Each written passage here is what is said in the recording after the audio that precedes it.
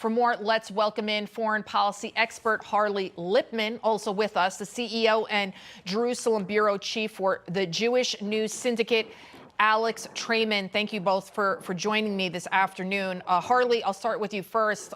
What do you make of Biden's latest requests for aid and the fact that he's asking for a lot more money for Ukraine than he is for Israel? Even if you don't like President Biden, what he's doing is really important for our country.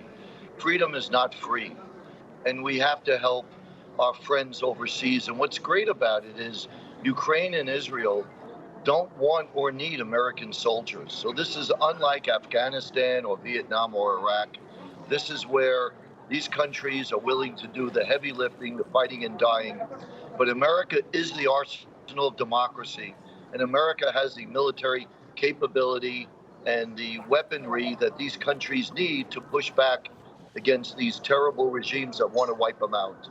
Absolutely. And Alex, Iran, it lurks in the background, funding these terrorists. They're clearly involved, but take a listen to hear what Biden had to say about Iran.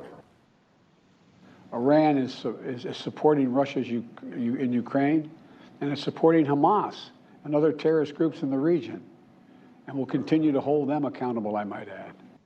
What do you think about that, what he said there? Well, I think that Biden is setting the stage now, linking Iran both to the current conflict with Hamas, which is absolutely organized and coordinated with Iran. And at the same time, they're also linking up Iran with the Russia-Ukraine conflict. And I believe that they're actually setting the stage for a potential attack on Iranian nuclear infrastructure and potentially the regime itself, especially if the conflict in Israel expands beyond the Hamas arena and includes Hezbollah to Israel's north with Lebanon, and if we also see more attacks on U.S. bases in Iraq and elsewhere.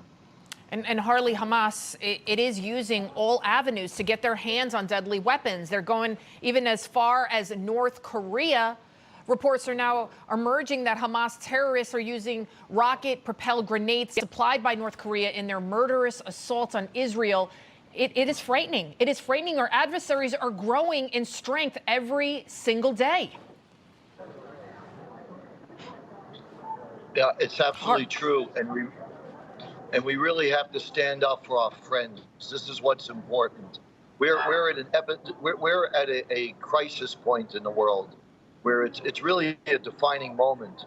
Do we want to defend our freedoms? And it's better to defend it way over there rather than in Boston or in Oklahoma.